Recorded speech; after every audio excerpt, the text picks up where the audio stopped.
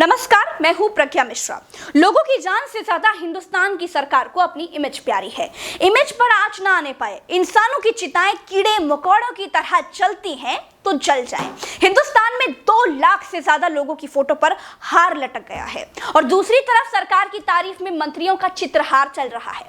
गंगा में लाशें तैर रही हैं, कब्र तक नसीब नहीं हुई, शमशान में चिताओं का कुंभ सजा है, वैक्सीन का अकाल पड़ गया है, ऑक्सीजन की कमी से लोग मर गए, लेकिन सरकार को अपनी इमेज की चिंता है। वेंटिलेटर नहीं दे पाए, अपनों को छोड़ वैक्सीन विदेश में बांटा है। सरकार को लगता है कि जाने नहीं बचा पाए तो क्या, इमेज बच जाए तो सरकार फिर से आएगी, इंसान मर जाएगा तो क्या पुनर्जन्म पाएगा। क्या गलत छापा है विदेशी मीडिया ने? यही ना कि भारत की बीजेपी सरकार कोरोना महामारी को रोकने में पूरी तरह से फेल साबित रही।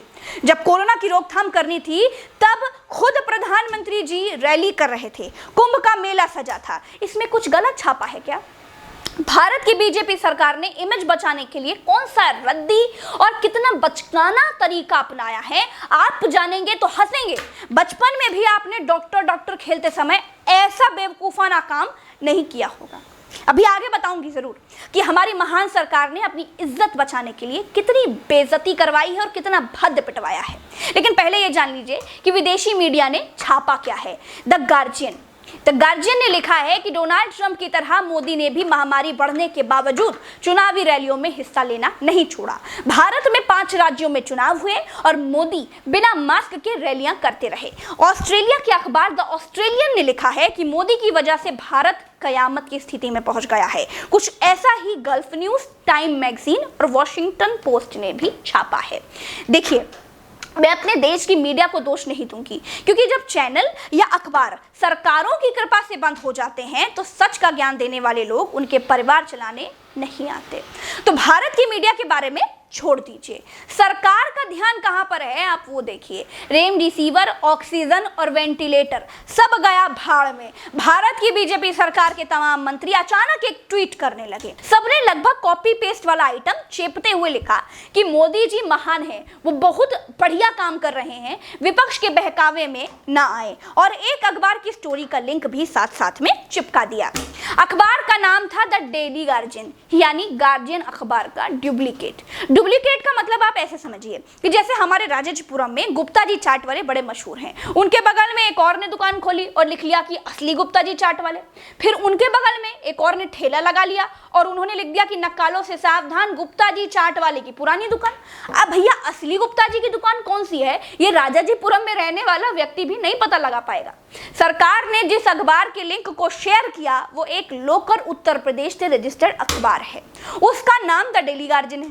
सरकार लोगों में ये भ्रम फैलाना चाहती है कि अब विदेशी अखबार भी मोदी जी की तारीफ करने लगे हैं, अब सब कुछ ठीक है। भले ही गंगा की रेत में लाशें दबाई जा रही हों, नदियों में बहाई जा रही हों, लेकिन भारत में सब चंगा सी।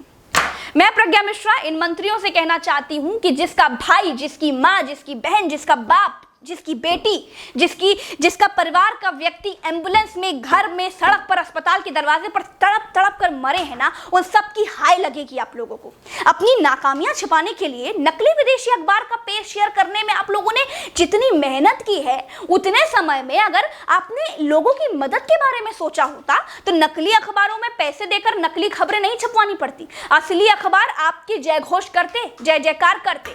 मेरे देश भारतवर्ष की संस्कृति और सरकार की संस्कृति दोनों में जमीन आसमान का अंतर है। देश की संस्कृति कहती है कि भले अपने घर में रोटी ना हो लेकिन पड़ोसी भूखा ना सोने पाए, और सरकार की संस्कृति बिल्कुल उलट है। वो सोचते हैं कि भले ही लाखों मर जाए लेकिन अपनी इमेज गड़बड़ ना होने पाए। सच दब नहीं सकता बनावटी उसूलों से, खुशबू आ नहीं सकती कागज के फूलों से। वो 18 घंटे काम कर रहे हैं और उनके इतना काम करने के बाद भी 2-2 लाख लोग मर गए। तो मंत्री महोदय, आप उनको कहिएगा कि आप थोड़ा आराम कर लीजिए, शायद लोग बच जाएं। चलते हैं, राम राम, दुआ सलाम, जय हिंद।